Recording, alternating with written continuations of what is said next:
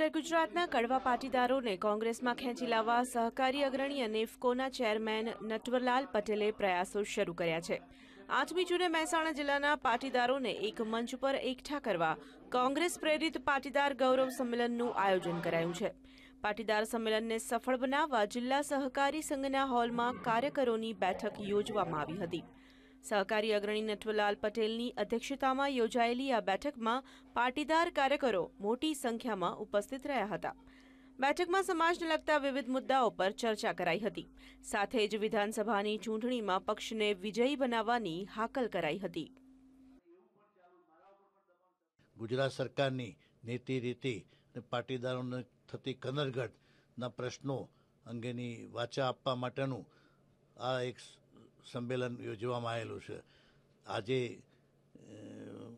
ભાજપના વરિષ્ઠ આગેવાનો જે ભૂતકાળમાં મુખ્યમંત્રી પણ રહી ચૂક્યા છે એવા ભાજપના આગેવાનો પણ કહેવા માંડ્યા છે કે ગુજરાત આખું ભયમાં છે, ગુજરાતમાં ભ્રષ્ટાચાર વધી ગયો છે।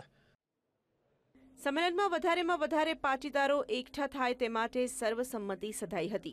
સાથે જ પાટીદાર ગૌરવ સંમેલન બાદ ખેડૂતોને નડતા પ્રશ્નો બાબતે રાજ્ય સરકાર સામે આંદોલન છેડવાની પણ આ બેઠકમાં જાહેરાત કરવામાં આવી હતી। વળી ચૂંટણી સુધી ગમે તેવી પરિસ્થિતિમાં પણ પાટીદારોમાં એકતા જાળવી રાખવાનો નિર્ણય કરાયો હતો।